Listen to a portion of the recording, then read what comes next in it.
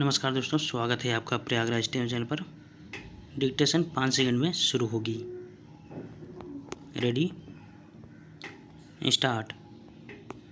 अध्यक्ष महोदय, लोकतंत्रीय रीति में दूसरे की बात को समझने की कोशिश करना, कुछ लेन देन करना और अंतिम निर्णय चाहे जो हो उसमें थोड़ा बहुत परिवर्तन करना शामिल है। अगर ऐसा नहीं होता तो हमारे टुकड़े टुकड़े हो जाएंगे। भारत जैसे महान देश में प्रायः हर विषय पर तरह तरह के विचार हैं। हम सब एक ही तरीके से सोचने के लिए मजबूर नहीं हैं। मैं चाहता हूँ कि लोगों की अपनी अपनी बुद्धि और विचार का विकास हो और वे पूरी स्वतंत्रता से उसे व्यक्त कर सकें।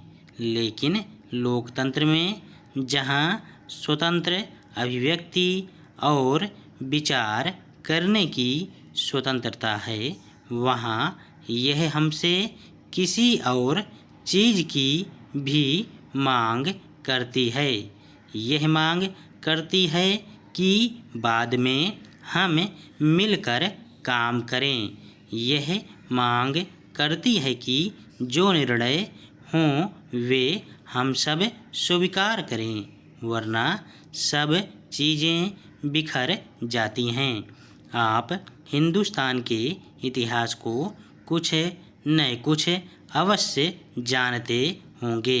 हमारे इतिहास के दीर्घकाल में यह दुर्भाग्य रहा है कि हम टुकड़े टुकड़े में बटे रहे, पृथकता के शिकार रहे और उनका परिणाम हुआ कि भारत की महान शक्ति आपसी झगड़ों और व्यर्थवाद विवादों और संकीर्ण और पृथकतावादी प्रवृत्तियों में समाप्त हो गई।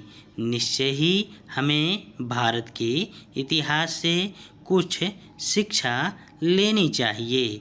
हमने मानव अध्यवसाय के हर क्षेत्र में, विचार में, कर्म में, कला में, साहित्य में, संगीत में महान पुरुष पैदा किए, फिर भी हम इस सारी महानता का लाभ इस कारण नहीं उठा सके हैं कि हमसे फूट रही है और अपने अपने रास्ते चलने की प्रवृत्ति रही है।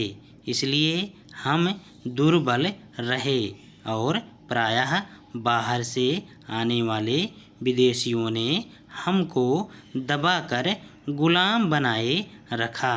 मेरे विचार में यह कहना सही होगा कि जो भी विदेशी यहाँ आए वे शायद ही हिंदुस्तान को वास्तव में जीत सके हों।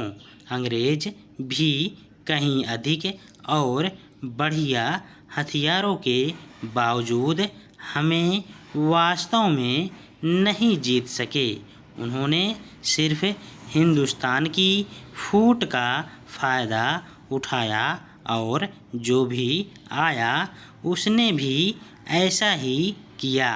हिंदुस्तान के इतिहास का यह बहुत बड़ा सबक है और इसे हम सबको मिलकर सीखना चाहिए।